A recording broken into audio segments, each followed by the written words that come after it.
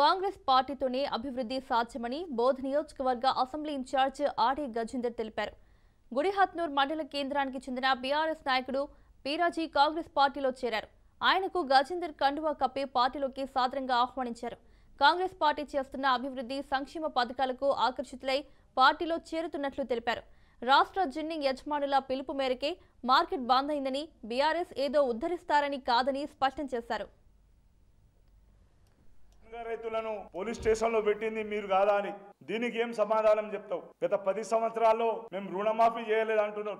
చేయలేదు. మీరు గట్టిగా 25 వేలు కొందరికి ఇస్తూ చాలా మందికి రుణమాఫీ చేయలే. కానీ మాట ఇచ్చిన ప్రకారము మా గౌరవ ముఖ్యమంత్రి వర్యులు రేవంత్ రెడ్డి గారు ఏకకాలంలో 2 లక్షల వరకు రుణమాఫీ చేసిన ఘనత కాంగ్రెస్ పార్టీదని, కాంగ్రెస్ ప్రభుత్వం దాన్ని తెలియజేస్తున్నాను. బీజేపీ గవర్నమెంట్ ను ఇక్కడ ఎమ్మెల్యే బీజేపీ, ఎంపీ బీజేపీ, ఈ పత్తి రైతులకు ఇంత నష్టం వాటిల్తున్నా మీరు ఈ మాయిశ్చర్ గురించి కేంద్ర ప్రభుత్వంతో ఎందుకు కొట్లాడలేకపోతున్నారు? పార్లమెంట్ లో ఎందుకు మాట్లాడకపోతున్నారు? మరి దీని మతలబేందో మీరే చెప్పాలి. ఈ కేంద్ర ప్రభుత్వానికి ఇక్కడ ఉన్న బీజేపీ నాయకులకు ఒకటే సవాల్ చేస్తున్నాను. మనం కొనే పత్తిని కూడా ఎగుమతి చేస్తే ఇక్కడ రైతులకు న్యాయం జరుగుతుందని.